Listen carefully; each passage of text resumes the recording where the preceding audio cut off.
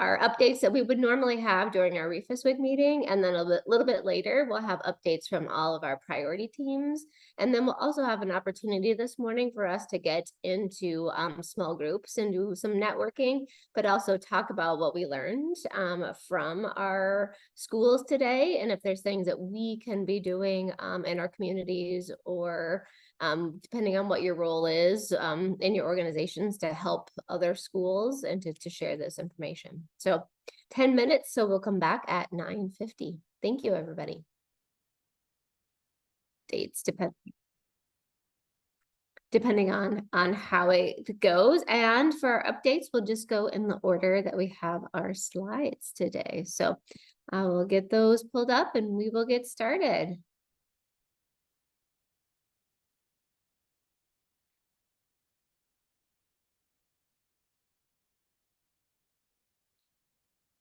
All right.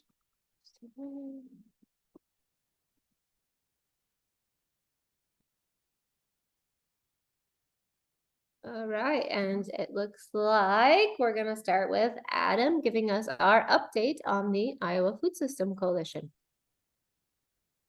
Thanks, Jody. Yeah, so it's a big time of transition for the Iowa Food System Coalition. And of course, this meeting is an example of that. So we are now moving into a new phase. We have new funding, and we're working on building towards a new system with a lot of different things in place. Probably one of the biggest aspects of that is that we are searching for a new executive director. I will post the link to that in the chat. I'm guessing most people on this Zoom have already gotten the message, but the deadline is coming up. So if you are interested, or if you think you know someone or some group that you'd like to be involved, please make sure to share it soon. We've also been talking a little bit about reconfiguring leadership because we're in this new phase. We've been thinking about how to structure the steering committee, how the executive director position is related to the steering committee, and how all of those are related to priority teams. So we've been doing a little work thinking about what that's going to look like. Setting the table for all Iowans has been released and promoted, and we're hoping to have the full complete plan out in April, supported by a communication plan and team coming up. We have very active priority teams having regular meetings, and of course that's going to be evident later on in this meeting. We have been working on some practices and processes to support collaboration and coalition. So sort of thinking about ways in which we're fairly dividing up work and incentivizing different groups to collaborate with us. Arlene has been doing some really interesting work with the priority teams, where she's helping to develop metrics and to think about how to work towards those metrics as part of all of our plan goals. And then, of course, all of that comes with our overall mission to, have a culture of celebration, our commitment to equity, and to making sure that we're taking care of each other while we're doing this big work. So that's all we have for today. Thanks. Thank you, Adam. All right, I don't believe Courtney cannot join us, and I don't believe that Colin is on today. So we're gonna go then to our policy update, which I will turn over to Tommy. Thanks, Jody. Yes, Luca is also about to give a policy update from the Iowa Hunger Coalition, so there might be some overlap.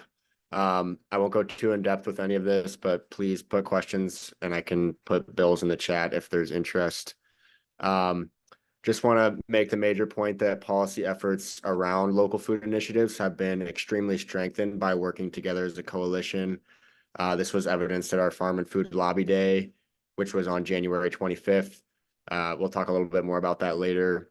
And there's a lot of food system bills moving right now through the Iowa legislature. There's one major one that has a lot of momentum, and that's the Grocer Investment Funded Program. That's a $2 million allocation that would put grants in place for small grocery stores with good language in them about requirements for selling local Iowa products in those grocery stores. this is a bill that's kind of taken wings of its own, and lots of the leadership in both the House and the Senate are very interested in passing it. I'll let Luke hit on more of the double up food bucks. We are also likely to see an increase in Choose Iowa funding, which we are really excited about. Iowa's marketing program through the State Department of Agriculture is growing. We have a lot of work to do to catch up to some of the other more substantial states, and the department is showing that they are really interested in trying to grow the program. So we're looking forward to continue to working with them as the coalition, as they're building that brand. And then there's a really interesting poultry processing bill. If there's any poultry nerds out there, you know that it's difficult to get your chickens butchered in this state, and that's largely because the rules around poultry processing mean you either have to be a custom plant or a state or federally inspected plant, and you can't be both. And that is not true with red meat lockers. This bill seeks to challenge that and make it possible for a state to do both state inspected and custom work, which would probably increase viability for chicken processing. Quick update on farm to school and farm to food access, trying to get the LFPA and LFS funded at the state level. That was obviously our biggest priority this year. I think that the legislature is moving a little bit slower on this because they see that we are not at the end of the federal program yet. We did do a lot of good education and advocacy about the programs and told a lot of new legislators about the programs, but it's not likely that we're going to see these programs allocated in the state legislature this year. So something to work for next year. Last thing, we have another lobby day coming up. This is the Iowa Farmers Union Lobby Day on February 21st. And, legislators need to hear from people all over the state and all different industries about all of these food systems issues. So encourage you to join us for that lobby day. I will put the link to register in the chat. Thank you. Great, thank you, Tommy. All right, now we're passing it to Luke. Hi, everyone. My name is Luke Elzinga. I'm the Policy and Advocacy Manager at the DMARC Food Pantry Network, also serve on the board of the Iowa Hunger Coalition. Some of this is, kind of an overlap of what Tommy was sharing, which just goes to show the power of the Iowa Food System Coalition and bringing groups together in alignment. So I'll go a little bit more in depth on double up food bucks. This is something we've been working on for a number of years. And if you're not familiar with the double up food bucks program, it's something that we already do in the state. It's administered through the Iowa Healthiest State Initiative, but our state government has never put any funds toward it. And it's a nutrition incentive program for people when they're using their SNAP dollars at a participating farmer's market or grocery store. If they are using those dollars to purchase fresh fruits and vegetables, they can kind of double up those dollars and get some benefits added to that. So it depends on the location. Some places it's kind of a $10 a day limit. Other places have higher limits. It just depends on the location. But right now that's just been privately funded and through the federal government through the Gus Schumacher Nutrition Incentive Program. So what we are asking for is a $1 million appropriation for double up food bucks from the state. And if Iowa were to do that, we could turn around and get another $1 million from the federal government through GusNIP. And so it's something we've been working on for a number of years. This year, we're really happy that we've got 3 Republican co-sponsors on House File 2022. We've also spoken with a lot of other legislators from both sides of the aisle who are supportive of this. And so we feel like it's a really good bipartisan policy win for families in the state. And there's also an emphasis on local foods. When they're selecting retail locations, obviously for farmers markets, that's a big emphasis on local food. But when they're selecting retail locations, there is kind of an agreement that those retail grocery stores have in place around local food purchasing in order to participate in double up food bucks. So we have not had a subcommittee assigned for that yet because it's an appropriations. It's what they call funnel proof. Next Friday is the first funnel, which is kind of a legislative deadline where things need to be passed out of committee in order to move forward this legislative session. appropriations bills don't have those same restrictions. And so because they're working on a lot of things that are not funnel proof, we've been told that they really are going to, focus more on appropriations and double up food bucks once they're past the funnel. So right now we're just kind of waiting. Next, after first funnel, we'll be asking to make sure we get a subcommittee on that and move this forward. So I think we had some great advocates at the Food and Farm Day on the Hill on double up food bucks, and it was awesome to see the conversations people were having. I won't really touch on grocery investment grant program. I guess I'll just also mention Center for Rural Affairs has really been heading that up. So if you'd be interested in getting involved in advocacy on that, I would reach out to Cynthia Farmer at Center for Rural Affairs. I'm not sure if she's on this call, but I'll drop her email in the chat. Healthy school meals for all. A bit of an update there. There's this bill, House File 575, that would provide free school meals to students who qualify for reduced price meals. This would essentially expand free school meals for around 22,000 kids in the state.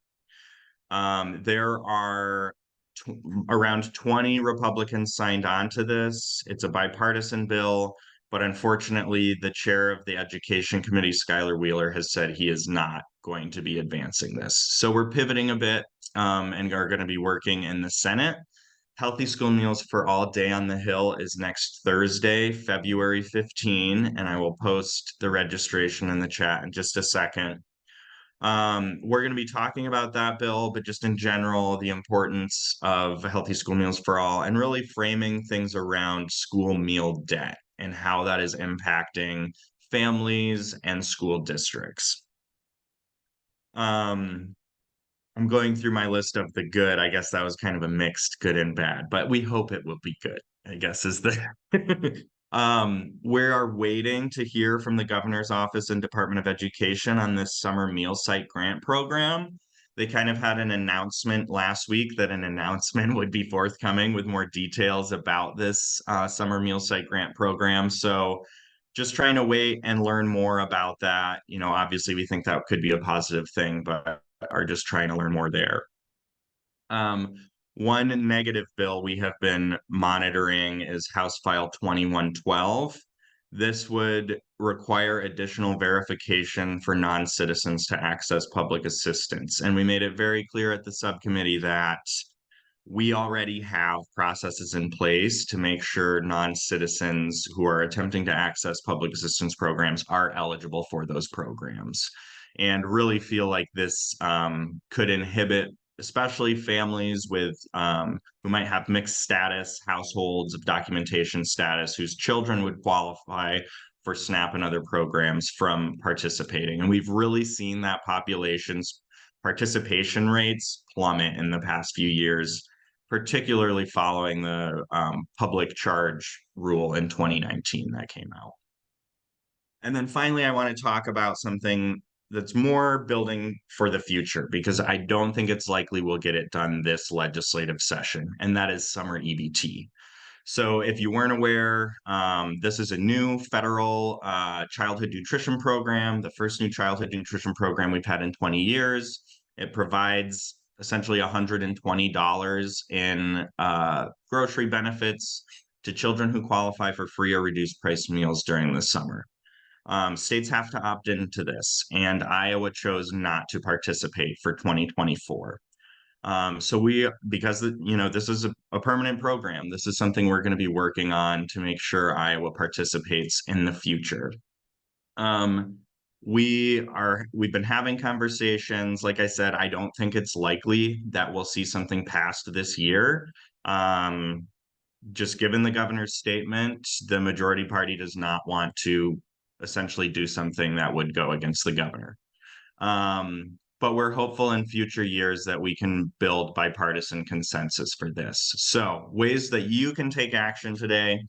First off, if you're not already signed up for the Hunger Coalition email newsletter, I encourage you to sign up on our website. If you go to iowahungercoalition.org, there will be a pop-up there and sign up for our email updates. That's the best way to kind of stay involved. For summer EBT, we do have a petition. If you go to our website and click on Summer EBT, scroll down a little bit, there will be a button to sign the petition. And then I'm really excited. We're going to be releasing either this afternoon or wait till Monday, but we have a data dashboard for school nutrition programs. And what this does is it shows for the latest school year the number of students eligible for free, reduced price meals, the percentage. And from this, we get some really good data. We have overlays for school districts and legislative districts. So we now know for House File 575, how many students in each legislator's districts would be benefiting from that. And we also know for summer EBT, how many students in every district could be benefiting from summer EBT. We also have an overlay with the 2023 open summer meal sites to kind of show some of the gaps in that service.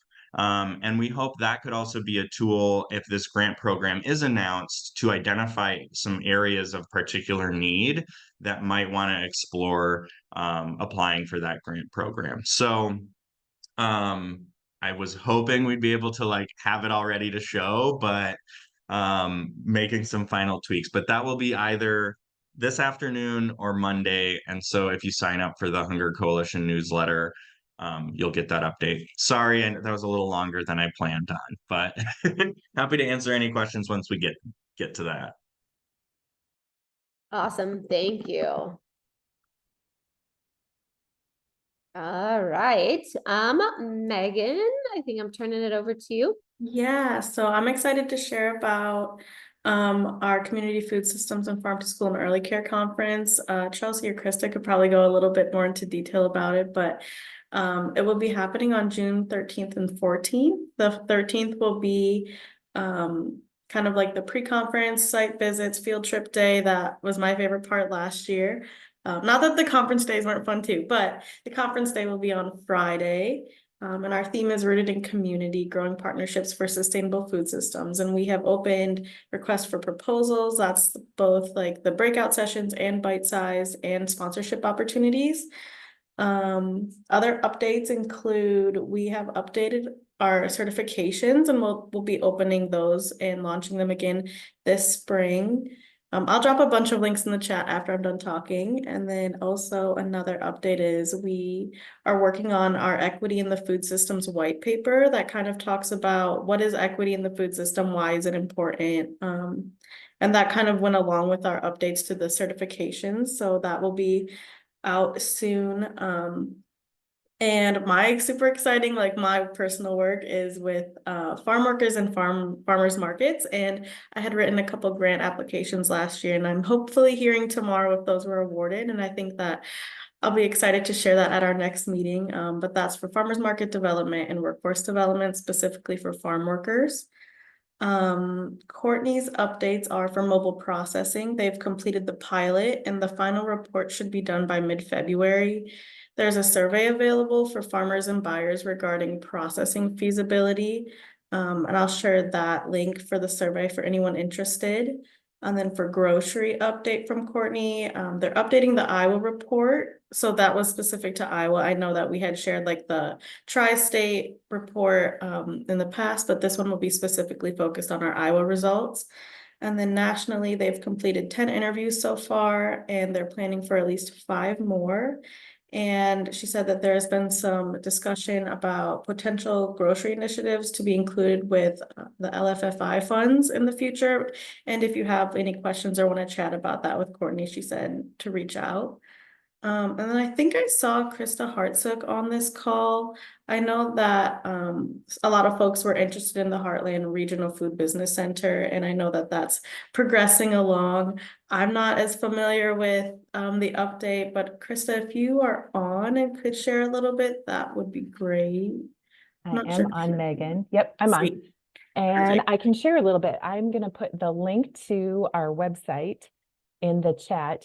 This goes through for the entire region. So there are 5 states in that Heartland Region Food Business Center. We are with Iowa, of course, Nebraska, Missouri, Kansas, and Oklahoma. We touched just a teeny tiny bit into Arkansas with some of the work there, but you can learn more about the partners, the different resources that are up there. Of course, everyone is very curious about the building business grants.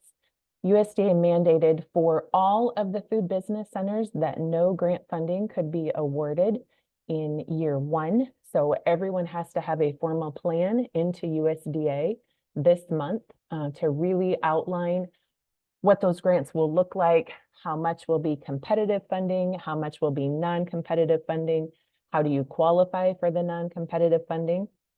So we are in the process of developing that plan for the Heartland region. Right now it's shaping up that we will have funding available in both. Think very much like value-added producer grants in terms of this funding source and what it can and cannot be used for. So definitely a USDA AMS type program. So cannot be used for large equipment, which is different than a Choose Iowa or a Resilient Food Systems infrastructure. This one, equipment has to be very small. Think more in terms of, I need a feasibility study done. I need some assistance with marketing. I need to update my packaging or my visual graphics per se. All of those very applicable through this one. So we're going through the process of what will be, how you will determine, I guess, your technical service providers that might help you qualify for that non-competitive funding. And then what we're really debating right now, and we really want to make sure we get right, is that process for each, how much is going to be allocated for each state, what that process looks like to apply, so that we feel confident we've got a good system going forward. One other update I would share for the good of the group is that I have hired Penny Brown Huber to be kind of our main point of focus for that Heartland Regional Food Business Center. And so Penny, as you all know, has a lot of depth and history in the food industry. We're very excited to tap into her expertise. Penny and I have worked together for a long time. So I'm super excited that she is on board. She is very excited about putting out some very much business type focused education efforts in the coming years. So look for more coming.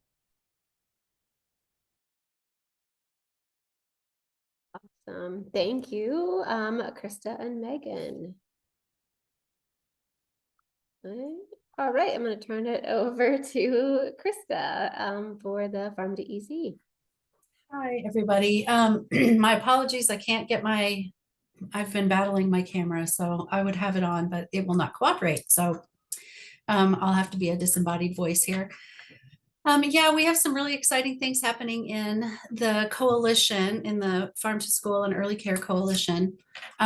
We were awarded $1 million from the Department of Health and Human Services, and we did a round of funding for early childhood providers last year. And I just wanted to share some of the information about that, some of the stats. We had 162 total awards go out. Those included garden grants, local food grants, and family engagement grants. And the amount total was over $340,000 that we were able to get into the hands of childcare providers. So that was really exciting. We also offered an additional $1,000 for social equity funding to providers who qualified, and there were 94 providers that qualified for that additional funding, and that was 58% of the total applications that we got. So that was pretty exciting. So that was round one, and we just opened round two applications. So we have another close to $400,000 that we're going to be awarding now this year. And the grant, the award window, I guess, is a little bit shorter. The grants or the applications are open until March 1st. And then we will start getting that money out the door as soon as we can, because that will close at the end of July. So that we have all that money to have providers spend, between then and now. Again, we're doing the garden grants, local food, and Family Engagement Awards. We also have social equity funding available again, an additional $1,000 for those who qualify again this year. We're also offering stipends for other farm to ECE trainers. And what I mean by that is we have the 3-module Iowa Farm to ECE training that we offer childcare providers. And we've had, those have been really, really well attended. It is a requirement to receive these awards that they attend at least one of those trainings. We had a lot of people last year that actually came to all 3 modules because they loved it. A lot of people came to 2. If they have attended all 3, they don't have to participate in another training this time. But it is a requirement for those that haven't completed all 3 that they take one of the trainings. So we have offered to train the trainer and have several people that are certified throughout the state that can also provide this training. Some people have been doing those in person. Most of them, I think, have been offered virtually.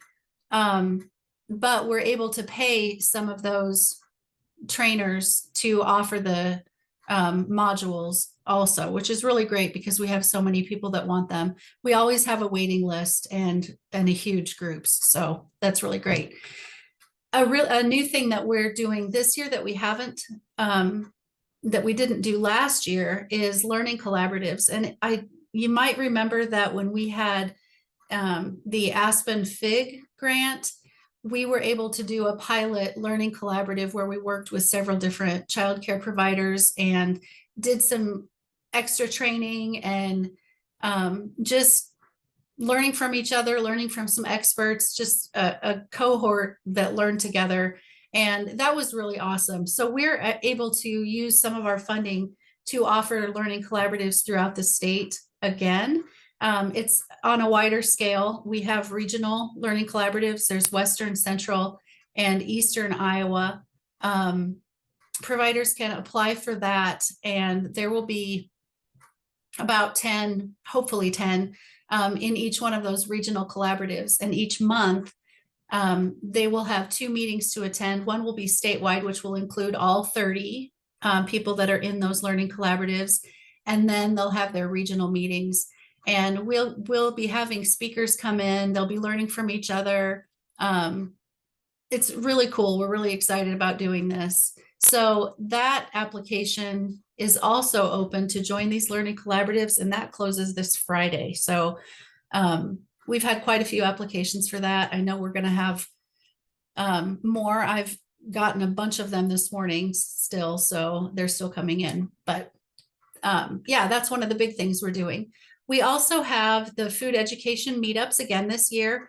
These are virtual meetups that are held once a month, February through May, as a collaborative effort of the Farm to School and Early Care Coalition's Food Education Strategy Team.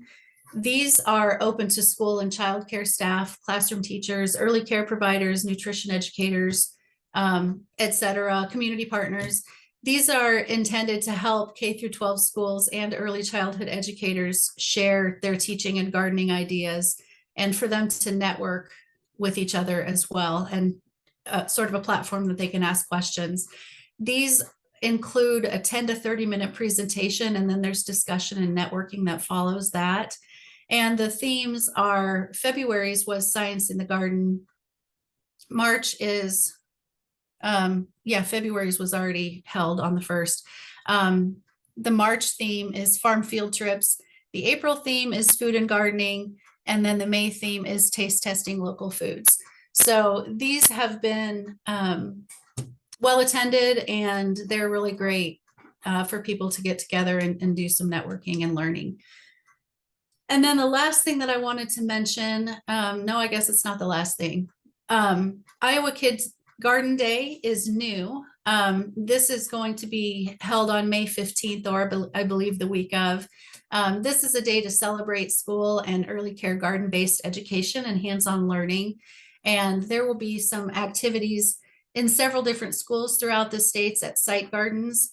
And these gardens, these schools or early care sites will be hosting garden-related activities that might be planting, garden planning, maintenance, harvesting, learning through STEAM, just really anything that celebrates gardens and growing. So that's really exciting. This is a new pilot program. And yeah, Chelsea, I don't know if I know you're on, if you want to share anything more about that, feel free to jump in if I covered everything. No, I think you covered everything. It's a pilot project this year. So there's a handful of schools and early care sites who will be kind of coordinating statewide efforts similar to how we do Great Apple Crunch and Iowa Local Food Day. So yeah, we'll have lots to share coming up for that. Yeah, super excited about that. And then the last thing I wanted to mention is that we were able to have a presence at the Food and Farm Day on the Hill. And we also plan to, as a coalition, representation at the Healthy School Meals for All Day on the Hill on the 15th as well. So join us. And that is everything. Great. Thank you, Krista and Chelsea. All right. Arlene, I'm going to turn it over to you. Morning, everybody. I have a pretty quick update. I just wanted to remind those of you who are part of the Iowa Food Systems Coalition that I'm starting the work with all of the teams on their evaluation plans. And part of putting together an evaluation plan for the Iowa Food System Coalition is getting a better handle on what kind of data people are already collecting, or perhaps secondary data that they're using that might be like publicly available data that they access. And so I released a survey about a week or two ago for Food System Coalition partners to fill out to describe the data that you're already collecting or the data that you access. And I would like each organization to fill it out. So each organization that is involved in the coalition, although we might need more than one person from some organizations. If you have one person kind of working in this area and another person working in a different area where they might not know each other's data as well. It's an online survey with Qualtrics, but we also sent out a PDF just so that you could see the questions and think through them ahead of time, or reach out to colleagues if you need to reach out to somebody who has a better handle on the evaluation or metrics that your organization tracks. I will also be reaching out probably individually to some folks in this next week, specifically people who I might know or have a feeling are collecting some data, and I'll reach out to you if to see if you have any questions or need any help with the survey. So yeah, that's my update. Thanks. Thank you, Arlene. And that's what I thought. So I'm going to stop sharing my screen here. And we do have plenty of time in this update section. I would say 10 to 15 minutes. So I would open that up to questions for everybody that just gave their update. So if you want, you can just go ahead and unmute or put your questions in the chat. Thank you.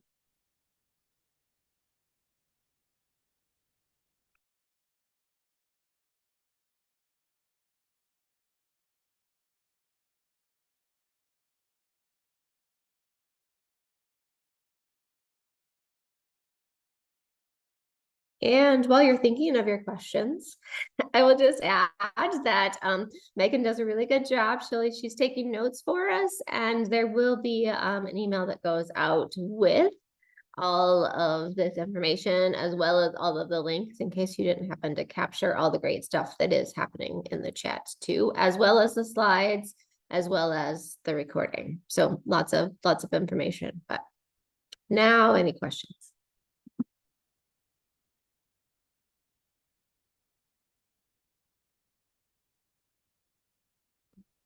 I'll just take this opportunity to throw out too, if you have a group or organization who is doing statewide work and would like to be a part of the brief update section, definitely reach out to any of the steering committee members for these meetings. We would love to have more updates shared.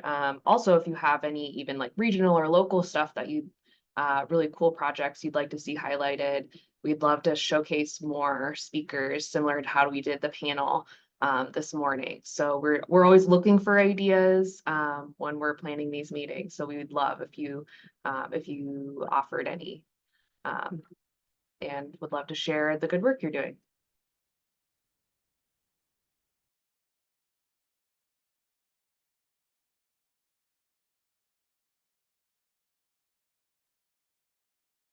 I will also add that normally we do have the Iowa Food Hub Working Group giving an update, but nobody from Iowa Valley RC&D could join us this morning. I know Teresa doesn't have a voice. If anybody else attended the meeting yesterday and wants to give a quick update on that group, that would work too. And if not, that's okay.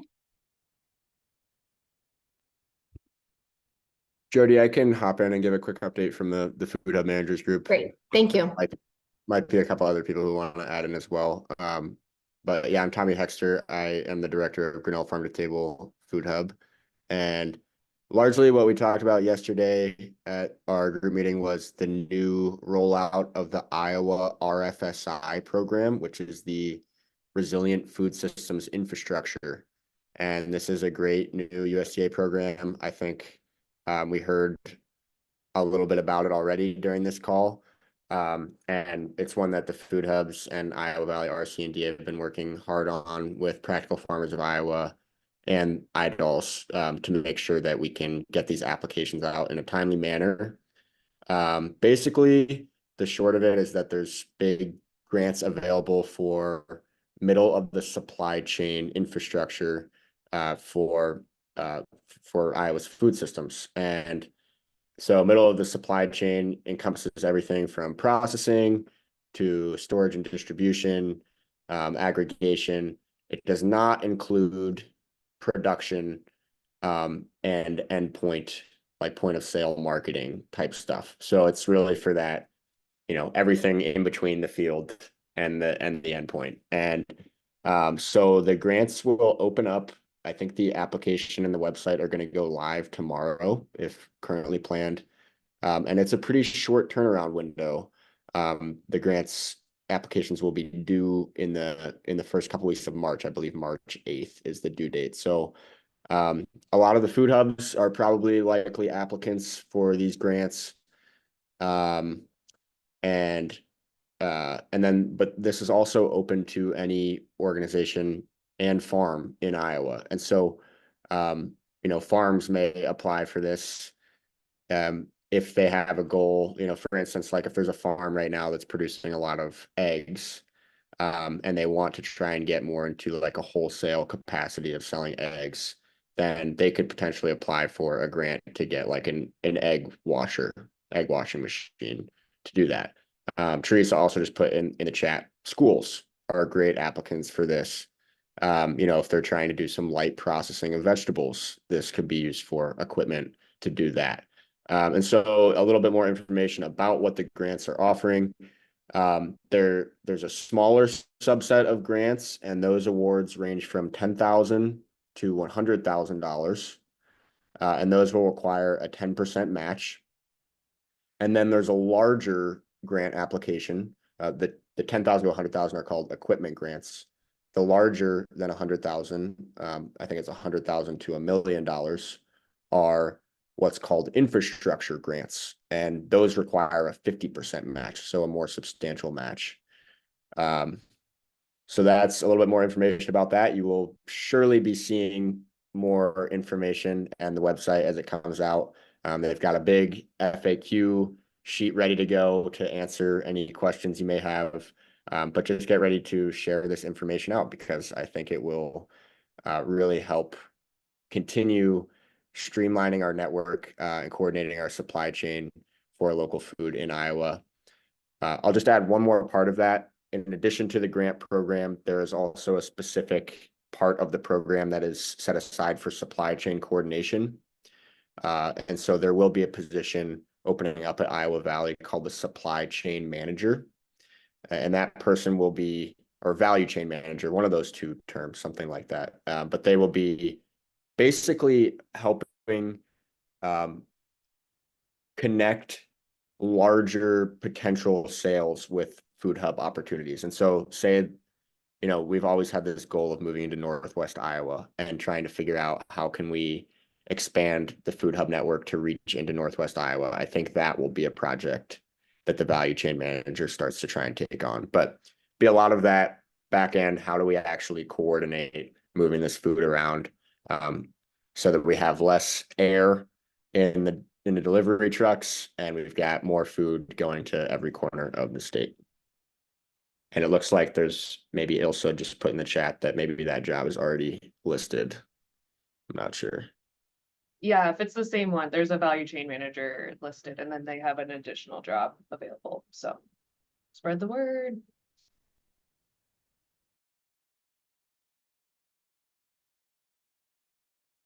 Thank you, Tommy, for that.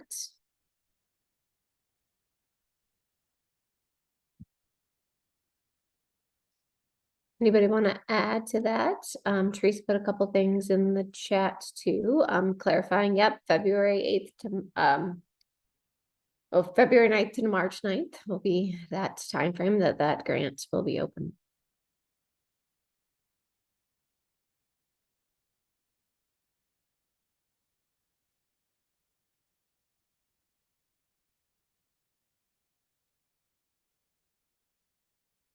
Any other questions? For the group, Tommy, you did a really good job explaining. For those of people on the call who maybe have never been to a day on the Hill, would you like to explain like what that process looks like if somebody is interested in what that involves? Yeah, absolutely. And I might ask Aaron and Luke to pitch in too, or anyone else who's been to a day on the Hill. But basically, what it's meant to do is make the barrier of talking to your legislators go down, because you will no longer be tasked with doing it individually, but you come and you are part of a community of people going with the same mission, same ideas, same priorities to talk with legislators all at once at the Capitol. And so these days on the Hill generally will start with a gathering in the morning where you kind of check in, you meet with the group, you meet with other people who are interested, and you'll be given some sort of folder or information that talks about these are the kind of priorities and things to talk about with legislators. And then you will go out in small groups. You'll call legislators out of the chamber. They will likely come out and talk to you. It's a really neat and casual kind of conversation where you get to share your stories, you get to hear where they're at on these things, and oftentimes just doing that education work and trying to build that relationship so that they can advocate for the policies that you're interested in. And yeah, I think that's pretty much what I've got. Is anything to add from anybody else? Yeah, I think we can hit some more too on our local food policy network update. We have a few photos, and if anybody has any questions, then too, we can talk about how that all went down.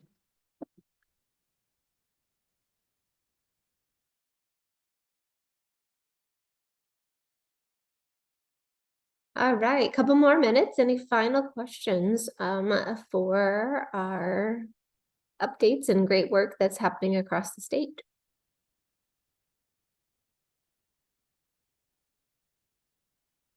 All right, we are going to take another break. And so let's plan to be back here at 10:50. Then we're going to jump into priority team updates, priority teams with the Iowa Food System Coalition. And then we'll have an opportunity again to break out and talk about what we've learned this morning. So 10:50, we'll see you all back here.